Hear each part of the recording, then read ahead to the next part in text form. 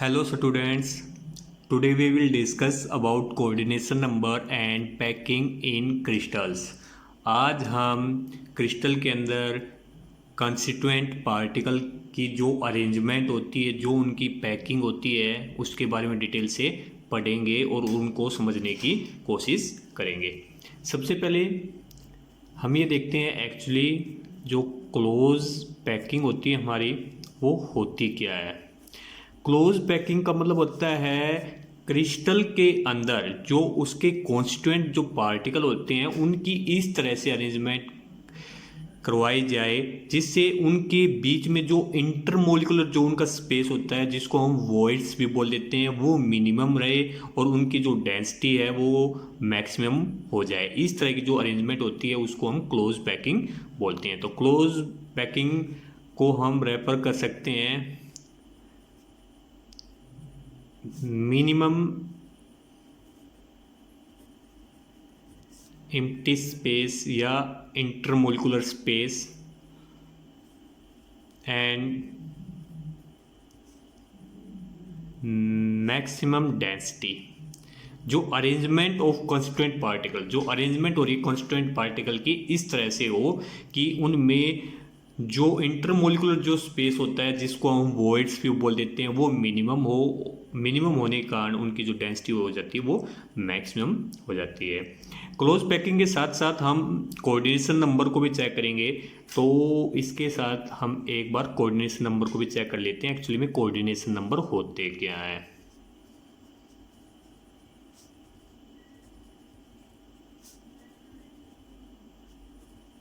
Coordination number का मतलब होता है टचिंग एटम, या आप बोल सकते हो नियरेस्ट नेबर्स एटम। मीन्स कोई भी एक एटम कितने एटम को जो टच कर रहा है वही उसका कोऑर्डिनेशन नंबर हो जाता है। फॉर एग्जांपल, जैसे हमने कोई भी अरेंजमेंट की है, इसमें मान लीजिए हमने ये इस एटम को हम चेक करें। अब ये देखिए जो ये एटम है कितने एटम के साथ टच कर रहा है, 1 2 3 4 एटम के साथ टच कर रहा है। तो इसलिए इसका जो कोऑर्डिनेशन नंबर होगा वो हमारा क्या हो जाएगा, 4। तो हम ये बोल सकते हैं नियरेस्ट नेबर्स, या आप बोलो touching atom for any other constituent atom. किसी अलग कंस्टिट्यूएंट एटम के जो टचिंग एटम्स हो जाते हैं वही उसका कोऑर्डिनेशन नंबर कहलाता है। तो सबसे पहले हम क्लोज पैकिंग करते हैं वन डायमेंशन के अंदर।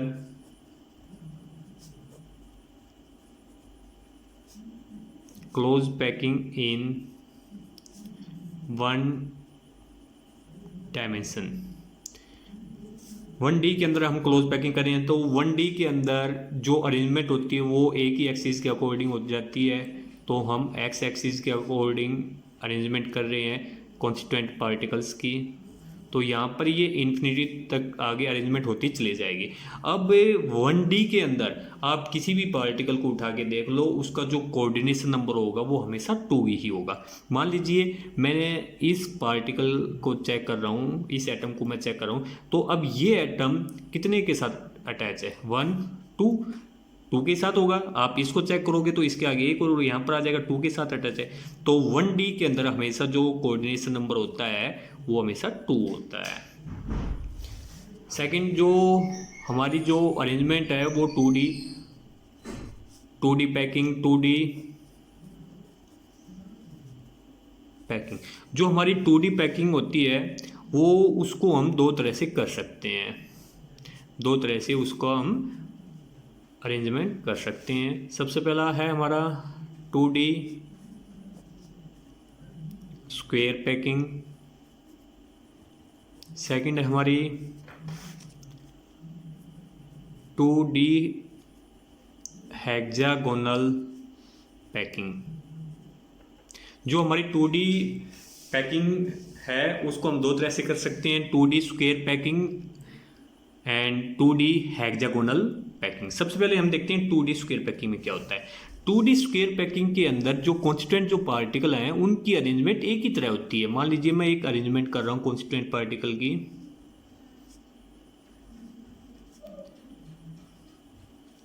ये मैंने एक अरेंजमेंट कर दी। तो 2D के अंदर क्या होगा, एक्स एक्सिस के अकॉर्डिंग हो गया, अब वाई एक्सिस के अकॉर्डिंग, और बिल्कुल सेम अरेंजमेंट करते चले जाएंगे। अब ये है, इसके जस्ट नीचे सेम एज इट इज ऐसा का ऐसा हमारा जो पार्टिकल या जो एटम हो जाएगा, सेम बिल्कुल एज इट इज हम अरेंजमेंट करते चले जाएंगे 2D स्क्वायर पैकिंग के अंदर। अब जो नेक्स्ट लेयर आएगी हमारी, वो भी सेम एज इट इज आ जाएगी।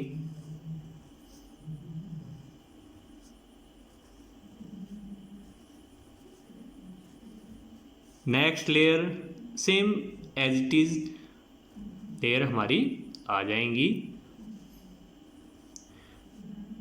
ये जो अरेंजमेंट है ये हमारी 2 डायमेंशन स्क्वायर पैकिंग।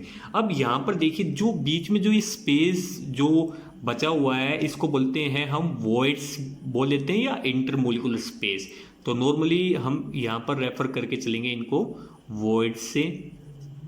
अब देखिए यहाँ पर इसका जो कोऑर्डिनेशन नंबर होगा स्क्वायर पैकिंग के अंदर, जो हमारा कोऑर्डिनेशन नंबर होगा हम उसको चेक करते हैं। तो आप किसी भी एटम या किसी भी पार्टिकल को आप चेक कर लीजिए। मैं इसको चेक कर रहा हूँ। अब ये देखिए कितने पार्टिकल के साथ अटैच है, 1 2 3 एंड 4।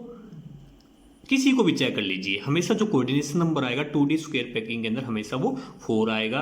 और अगर आप इनके सेंटर पॉइंट को मिलाओगे तो एक स्क्वायर का फॉर्मेशन हो जाएगा, इसलिए इसको हम 2D स्क्वायर पैकिंग कहते हैं। तो ये हमारी जो अरेंजमेंट थी 2D स्क्वायर पैकिंग, इसके अंदर जो इसका कोऑर्डिनेशन नंबर होता है वो हमारा 4 होता है। अब हम करेंगे 2D हेक्सागोनल क्लोज पैकिंग के अंदर। तो 2D हेक्सागोनल क्लोज पैकिंग के अंदर सबसे पहला क्या होगा, हमारी जो लेयर है वो एक्स एक्सिस के अकॉर्डिंग हम एज इट इज बना देंगे।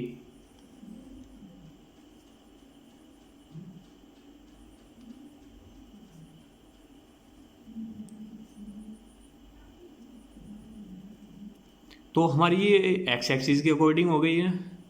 अब क्या करेंगे, जो सेकंड जो लेयर आएगी वो थोड़ी सी हम डिफरेंट बनाते हैं। देखिए 2D स्क्वायर पैकिंग के अंदर हमने जैसी एक्स एक्सिस के अकॉर्डिंग बनाई थी वैसे हम वाई एक्सिस बिल्कुल एज इट इज नीचे रख रहे थे।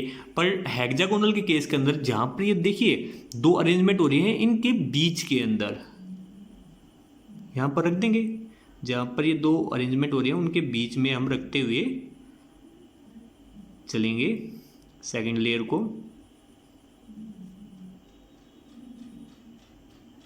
जो हमारी थर्ड लेयर होगी वो same as it is first की तरह हो जाएगी।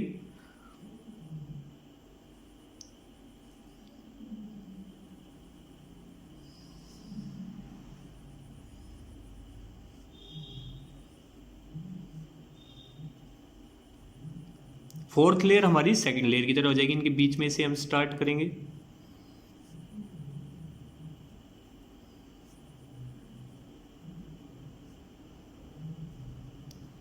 अब 2D हेक्सागोनल क्लोज पैकिंग के अंदर आप देखिए किसी भी एटम को एक बार उठा के देखिए, मैंने ये वाला उठा लिया। अब हम इसके कोऑर्डिनेशन नंबर चेक करते हैं। तो अरेंजमेंट देखिए किस किस के साथ ये अटैचमेंट में आ रहा है, 1 2 3 4 5 6।